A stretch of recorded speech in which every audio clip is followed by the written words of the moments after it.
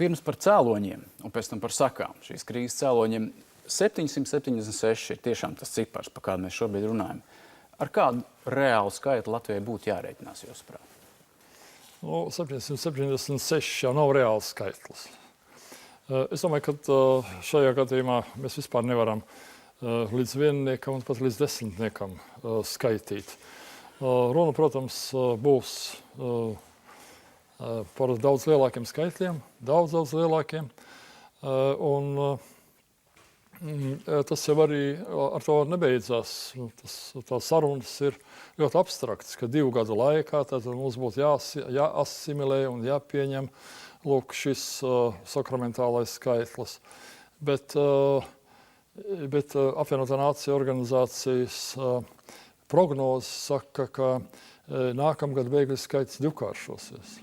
Šogad Eiropā uz šo brīdi jau ir 800 000 atnākuši, tad droši vien miljonus būs uz gada beigām. Tad mēs varam gaidīt, ka nākamā gadā vēl 2 miljoni, un par tālāko vispār baidās kāds, ko prognozēt. Situācija ir diezgan nopietna. Es varu droši vien precīzi skaļus neprasīs, bet tas ir reiz 10 Latvijai būtu jārēķinās, vai 25 000 tuvākajos gados, ja tāds princips solidaritātes tiek paturēts spēkā.